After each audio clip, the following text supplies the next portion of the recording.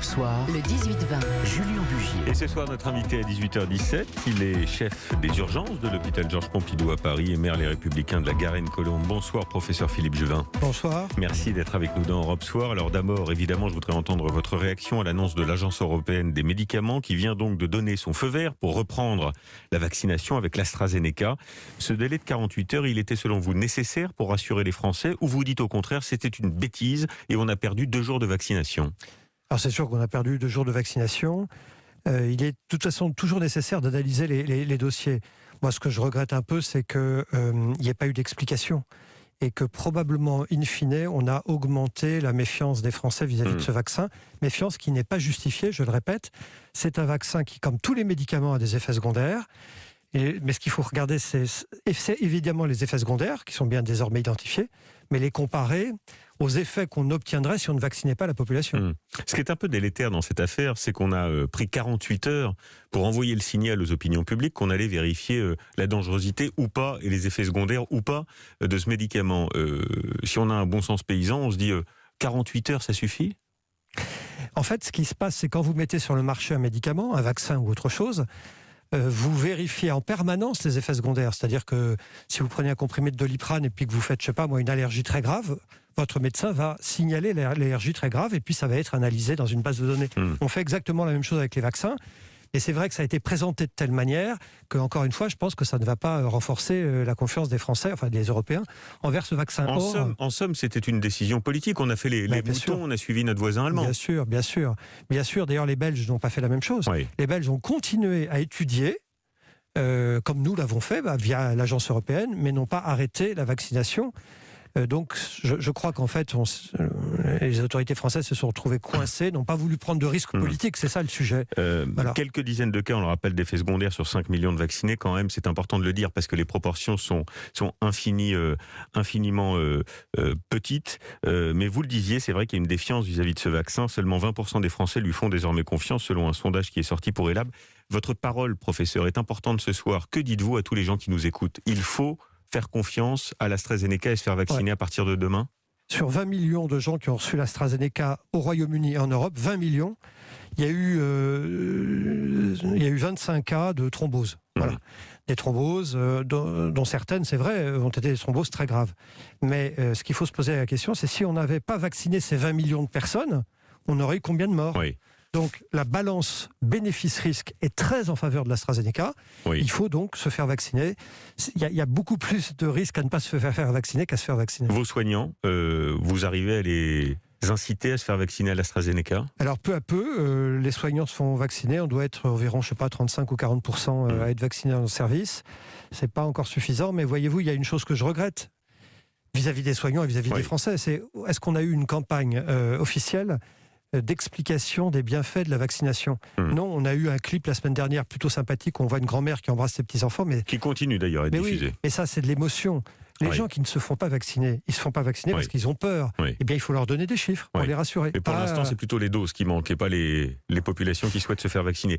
Sauf qu'on a encore des vaccins au frigo. C'est vrai. Encore un mot, professeur Philippe Juvin, sur l'AstraZeneca. C'est le game changer, comme on dit, parce qu'il est moins cher, parce qu'il est plus facile à conserver, parce qu'il est donné aux médecins de ville, parce qu'il est donné aux pharmaciens. C'est celui véritablement qui change les règles du jeu. Est-ce que vous êtes favorable, comme le demande un certain nombre de parlementaires, républicains notamment, de l'ouvrir à la vaccination à d'autres populations et notamment plus jeunes ? Mais moi, depuis le début, je pense qu'il faut vacciner la totalité de la population, 7 jours sur 7, 24 heures sur 24, dans toutes les communes de France. Le vrai sujet, c'est qu'on n'en a pas acheté assez. Et qu'on n'en a pas aujourd'hui. Et quand vous dites qu'il y a la question du coût, pardon, mais ça, c'est pas le problème.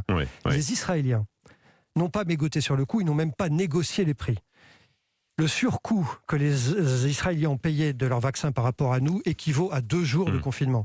Donc la question du coût n'est pas un ça sujet. devrait grimper quand même, parce que j'ai regardé les chiffres avant de rentrer en studio. On attend 4 millions de doses ce mois-ci, 4 millions le mois prochain, 4 millions le mois suivant, et 10 millions pour les Pfizer. Donc ça devrait quand même s'accélérer assez nettement la vaccination. Pardon. Les chiffres qu'on vous donne depuis le mois de décembre, moi je les ai pris, ils changent tous les jours. Donc moi je croirai quand je les verrai.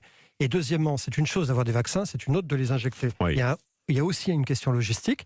On a encore trop peu de vaccins injectés, on a encore des vaccins dans les frigos, ça c'est pas normal. Bien. Sur les annonces, professeur, attendues par le Premier ministre, Comment sentez-vous les choses? Faut-il un confinement 7 jours sur 7, comme on semble en prendre le chemin? Souhaitez-vous un confinement, vous, en tant que médecin, en tant qu'urgentiste, souhaitez-vous un confinement uniquement le week-end, en Île-de-France, dans les Hauts-de-France? Comment sentez-vous les choses? Vous seriez président de la République, quelle décision vous prendriez? D'abord, moi, je suis comme tout le monde, hein, je ne veux pas être confiné. Le confinement, c'est épouvantable.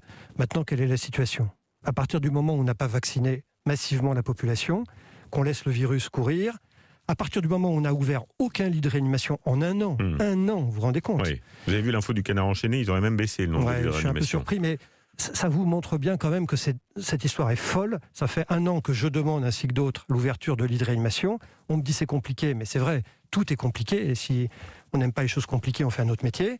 Et donc, à partir du moment où vous n'avez pas vacciné, vous n'avez pas plus de lits, aujourd'hui, on est dans une situation où 100% donc on est obligé de le faire ou pas? Et bien donc, on est obligé de confiner, évidemment. Obligé. Et oui, on n'a pas d'autre choix. Parce que j'ai regardé les chiffres là encore. Alors c'est vrai que les services de réanimation sont saturés. Voilà. Plus de 1100 malades Covid en réa en Ile-de-France, 4200 en réa au niveau national, mais on était monté jusqu'à 7500 il y a un an. Et on voit qu'il reste encore des places dans les cliniques. Alors ça, c'est incroyable quand même. Non mais écoutez, cette histoire de clinique, il faut en sortir. Il y a des places un peu partout. Évidemment, il y a quelques places dans les cliniques, mais globalement, les cliniques, elles jouent le jeu. Non, ce que je suis en train de vous dire, c'est qu'aujourd'hui, en Ile-de-France, puisque c'est ça que je connais bien, on a dépassé le nombre de patients en réanimation qu'on avait obtenu au pic du mois de novembre. Ça signifie qu'on n'a plus de marge de manœuvre. Ça signifie que peut-être demain, si vous devez aller en réanimation, on ne pourra pas vous prendre. Et ça signifie une deuxième chose. Il y a des gens qui n'ont pas le Covid et qui ont besoin d'aller en réanimation. Si vous avez un accident de la voie publique grave, si vous tombez d'un échafaudage, si vous faites une péritonite et que vous devez aller en réanimation, eh bien, on a aussi un problème sur ces patients-là. Donc le vrai sujet aujourd'hui, c'est qu'on n'a plus de marge de manœuvre. Moi, mon inquiétude, c'est de ne plus pouvoir soigner les patients Covid graves, mais c'est de ne plus pouvoir non plus soigner les patients non Covid qui sont graves aussi. Donc malheureusement... Au-delà des problèmes structurels de l'hôpital dont vous avez parlé, problème de vaccination, problème de montée en puissance du nombre de lits de réanimation depuis un an, est-ce que vous pensez qu'on a trop tardé à prendre cette décision que le président de la République s'apprête à prendre? Est-ce qu'on a perdu du temps ou est-ce qu'on a gagné du temps? On a évidemment perdu beaucoup de temps. Il faut comprendre une chose très simple.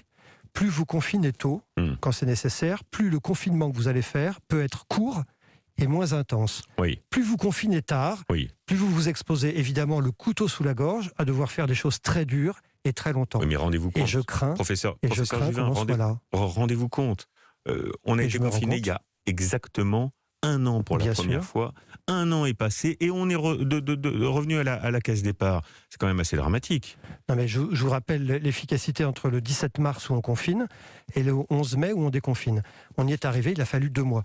Évidemment, mais la réalité des choses, c'est que depuis le 5 décembre où nous avons déconfiné, souvenez-vous, on prétend qu'on a agi. Non, on a regardé la courbe monter. Alors, un jour, on nous disait... On a fait un pari. Enfin, le président de la République a fait un pari. On nous a dit à un moment, souvenez-vous, on nous disait, il faut croiser les doigts. Et moi, je ne demandais pas qu'on se croise les doigts. Je demandais qu'on vaccine massivement. Et je demandais qu'on ouvre des lits de réanimation. Pourquoi on ne l'a pas fait?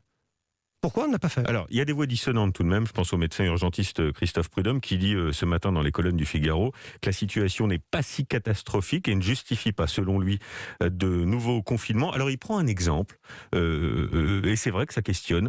Il dit on a voulu organiser des transferts de patients, ça n'a pas fonctionné, ça coûte très cher et puis les familles n'étaient pas forcément d'accord. C'est vrai qu'on avait annoncé des centaines de transferts de patients cette semaine. Je crois qu'il y en a eu 3 ou 4.